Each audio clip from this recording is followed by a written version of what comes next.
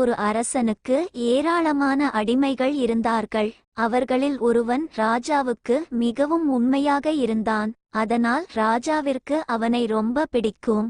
ஒருநாள் அரசர் ஒட்டகத்தின் மேல் ஏறிக்கொண்டு வெளியே புறப்பட்டார். சில அடிமைகள் ராஜாவிற்கு முன் நடந்து சென்றனர். மற்றவர்கள் ராஜாவுக்கு பின்னால் நடந்து வந்தனர்.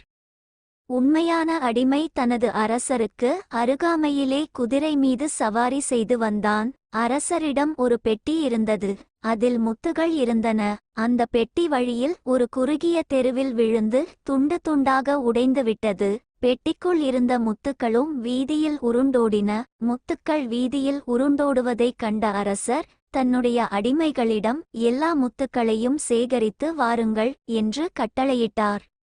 அடிமைகள் ஓடி சென்று முத்துக்களை சேகரிக்க ஆரம்பித்தனர். ஆனால் உண்மையான அடிமை அந்த இடத்தை விட்டு கொஞ்சம் கூட நகரவில்லை. அவர் தனது ராஜாவின் பக்கத்திலேயே இருந்து ராஜாவின் உயிரையும் ராஜாவின் வாழ்க்கையையும் பாதுகாத்து கொண்டிருந்தான். அவன் தன்னுடைய ராஜாவின் முத்துக்களை பற்றி கவலை கொள்ளவில்லை. உண்மையான அடிமையின் மனப்பான்மையை கவனித்த மன்னன் அவனுக்கு பல பரிசுகளை கொடுத்தார். வாழ்க்கை என்பது முத்துகளை விட விலை மதிப்பானவை.